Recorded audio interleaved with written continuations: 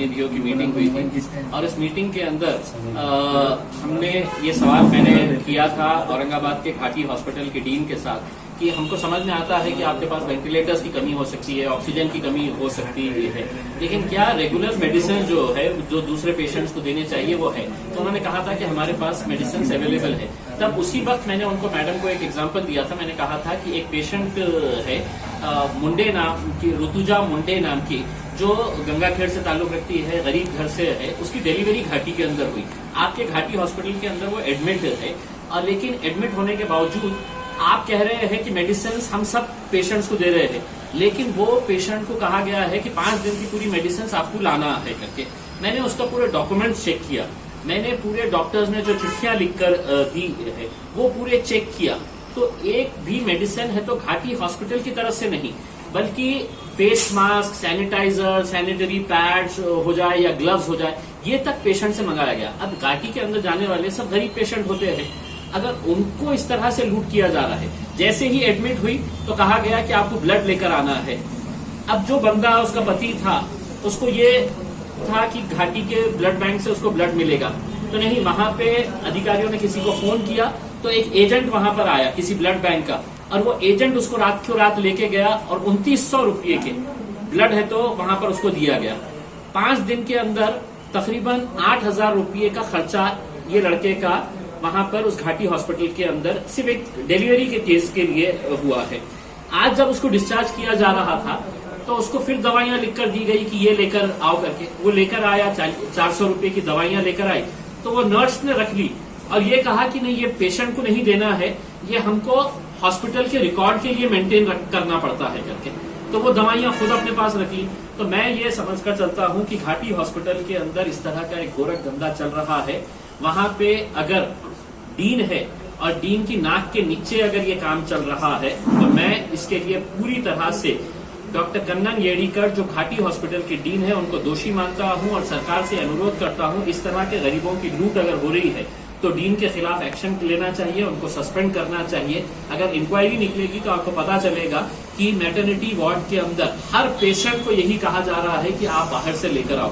Private hospital में अगर कोई पेशेंट गया तो वो ला सकता है, उसके पास पैसे की ताकत है, लेकिन गरीब आदमी जिसके पास पैसे नहीं होते हैं वो घाटी में जाता है। और अगर घाटी में इस तरह की लूट हो रही है और सरकार और पूरे अधिकारी खामोश है तो कहीं ना कहीं इस लूट के अंदर वो भी शामिल है, मेरा ये कहना है। महात्मा फुले योजना के तहत अभी तक कितने लोगों को लाभ मिला है और ये योजना क्यों लागू नहीं हुई है? देखिए, 2 दिन पहले जब मुख्यमंत्री साहब के साथ वीसी हुई वीडियो कॉन्फ्रेंसिंग, तो उसमें तकरीबन 6 सेक्रेटरीज मौजूद थे।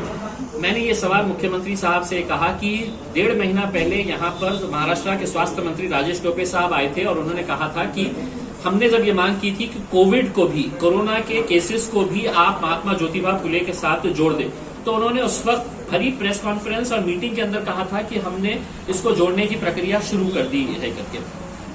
वीडियो कॉन्फ्रेंसिंग के अंदर जब मैंने ये मुद्दा उठाया और मुख्यमंत्री साहब से कहा कि साहब ये क्यों नहीं किया गया है, 1.5 महीना पहले आपकी ही सरकार का मंत्री आकर ये कहता है, तो सेक्रेटरी ने एक बात कहना शुरू कहा। उन्होंने कहा कि नहीं, हम औरंगाबाद के अंदर हमने इसको इंक्लूड कर दिया है, इसका इस तरह का पैकेज तैयार किया गया है। मैंने बीच में रोका उनको और कहा कि मुख्यमंत्री साहब ये आपको मिसलीड कर रहे हैं या आपको गलत इन्फॉर्मेशन दे रहे हैं। 1 रुपये का भी फायदा किसी पेशेंट को, कोरोना के पेशेंट को इस स्कीम के अंदर नहीं हुआ है करके आप चाहे तो अधिकारियों से पूछ लो। अब कल जब हमने मीटिंग ली है प्राइवेट हॉस्पिटल्स की तो पता चला कि नहीं, हमने तो एक बार निकाल दिए, तो हॉस्पिटल वाले बोलते हैं कि नहीं सर, हमने प्रपोजल भेजा तो हमारे प्रपोजल एक्सेप्ट ही नहीं हो रहे हैं। यानी कि 1.5 महीने से सिर्फ टालमटोल किया जा रहा है, सिर्फ मीडिया के अंदर स्टेटमेंट इशू किया जा रहा है कि नहीं हमने ये कर डाले है अब गरीबों को। लेकिन मैं आपको ओपन चैलेंज करता हूं, 1 रुपये का एक किसी पेशेंट के ऊपर है तो ये स्कीम का फायदा नहीं मिला है। और इसके लिए कोई जिम्मेदार है तो प्रशासन जिम्मेदार है, सरकार जिम्मेदार है, और ये सिर्फ लोगों को घुमाने का काम कर रही है, मैं ऐसा मानता हूँ। टास्क फोर्स और मीटिंग, देखिए, जब ये कोरोना फैल रहा था तो हर शहर में एक बेटर कोऑर्डिनेशन करने के लिए एक टास्क फोर्स बनाया गया था। वो टास्क फोर्स जो है औरंगाबाद शहर के अंदर भी बना था। 8 मई 2020 को, आज के दिन 27 तारीख है, यानी कि तकरीबन 1.25 महीने का समय हो गया है। 2 महीने के अंदर ये टास्क फोर्स के अंदर घाटी हॉस्पिटल की डीन अध्यक्ष, महानगर पालिका के हेल्थ ऑफिसर, सेक्रेटरी और बाकी तमाम प्राइवेट हॉस्पिटल्स के जो सीनियर मोस्ट डॉक्टर्स हैं, वो लोगों को इस टास्क फोर्स के अंदर, आप लोगों को हैरानी होगी ये सुनकर कि सिर्फ एक कागजी खानापूर्ति की गई थी कि एक टास्क फोर्स तैयार किया गया है। 2 महीने के अंदर ये टास्क फोर्स की एक भी मीटिंग औरंगाबाद के अंदर नहीं ली गई है। और मैं समझता हूं कि ये जो डिक्टेटरशिप टाइप का एक जो यहाँ पर काम चल रहा है अधिकारियों द्वारा, उसी का नतीजा है कि आज दूसरे शहरों के अंदर कोरोना कंट्रोल हो गया है, औरंगाबाद में हम कंट्रोल नहीं कर पाए हैं। आपके इलाके में मुस्लिम हाँ, देखिए, मतलब कल जब मीटिंग हो रही थी तो एक तो डीसीपी को डिविजनल कमिश्नर जो सुनील केंद्रेकर साहब है, उन्होंने कहा कि अगर कहीं पर भी पॉजिटिव केस निकलता है तुमने पुलिस को लेके जाना और पुलिस को लेके जाके वहां पे स्वैब टेस्ट कराना। मैं कहा कि नहीं साहब, पुलिस का इसके अंदर कम से कम रोल होना चाहिए। अगर कोई विरोध करता है तो आप वहां के एनजीओस को बोलिए, वहां के लोकल डॉक्टर्स को इन्वॉल्व करिएगा, और कुछ नहीं तो हमें बताइएगा, हम जाके करेंगे करके उसमें। तो बातों बातों में उन्होंने ये कहा कि तुमच्या एरियामध्ये हे चाललेलं आहे। मुझे ये डिविजनल कमिश्नर से ये पूछना है कि तुमचा एरिया म्हणजे काय? मी औरंगाबाद जिल्ह्याचा खासदार आहे, मैं औरंगाबाद जिले का खासदार हूं, किसी एक जात, एक धर्म और एक मजहब का नहीं है। इस तरह की अगर मानसिकता रख के अगर कोई कमिश्नर अगर अपने एमपी को ये कहता है कि तुम्हारे एरिया के अंदर हमको तुम्हारी मदद लगेगी, तो क्या मैं किसी दूसरे एरिया में नहीं गया हूं? मैं बजाज नगर में नहीं गया हूं, मैं जय भवानी नगर में नहीं गया हूं, शिवाजी नगर में नहीं गया हूं, मुकुंदवाड़ी संजय नगर में नहीं गया हूं। लेकिन ये इस तरह की बात करना, मेरे हिसाब से मैं कड़ी निंदा करता हूं इस तरह के स्टेटमेंट्स की। लॉकडाउन के पक्ष के अंदर कितने लोग हैं, कितने नहीं है, इसके बारे में अभी जो इमीडिएट जो स्टेप्स हमने लिए हैं, अगर उसके अंदर अगर कुछ और बातें निकलकर सामने आती है तो दोबारा बैठेंगे और उसके ऊपर चर्चा करेंगे। लेकिन मैं नहीं समझता हूं कि lockdown is now the solution. 3 महीने हो गए हैं, हमने लॉकडाउन सब करके देख लिए हैं।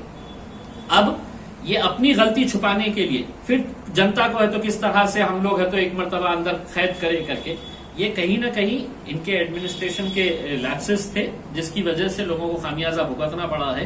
अब ये अपनी गलतियां छुपाने के लिए फिर पब्लिक को बोलेंगे कि नहीं हम लॉकडाउन करेंगे, पुलिस का डंडा चलाएंगे, ये करेंगे, तो अब ये सब चीजें चलने वाली नहीं।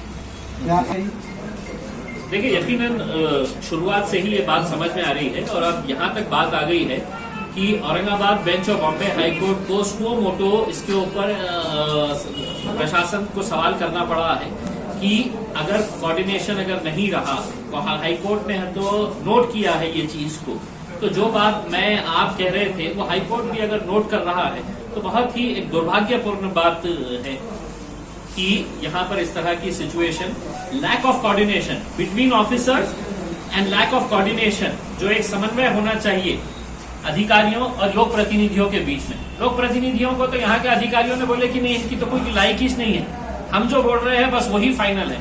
अब जब वो बोल रहे थे तो उसका खामियाजा पूरे शहर को भुगतना पड़ रहा है। इस प्रॉब्लम पे आपकी मांग क्या एक्शन लेते हैं करके, और अगर इसके अंदर कुछ बदलाव नहीं आता है तो फिर सभी राजनीतिक पार्टियों के, देखिए पहली मर्तबा ऐसा हुआ है कि हमने ये नहीं देखा है कि एमआईएम के साथ शिवसेना के आमदार बैठ रहा है या बीजेपी के आमदार बैठ रहा है या एनसीपी का आमदार बैठ रहा है। हम सभी लोग एक साथ मिलकर आए क्योंकि सभी को इस बात की चिंता सता रही थी कि अब बहुत हो गया है, पानी सर के ऊपर से निकल गया है, अब हमको सबको है तो मैदान के अंदर उतरना पड़ेगा। अगर हम पहले उतरते तो ये अधिकारी हमारे ऊपर ढकेल दिए होते और ये कहे होते कि ये नहीं तो ये लोक प्रतिनिधियों की वजह से है तो ये हालत हुई है। तो हमने आपको खुली छूट दी, छूट के बाद भी अगर रिजल्ट नहीं निकला है तो मजबूरन हमको आना पड़ा मैदान के अंदर।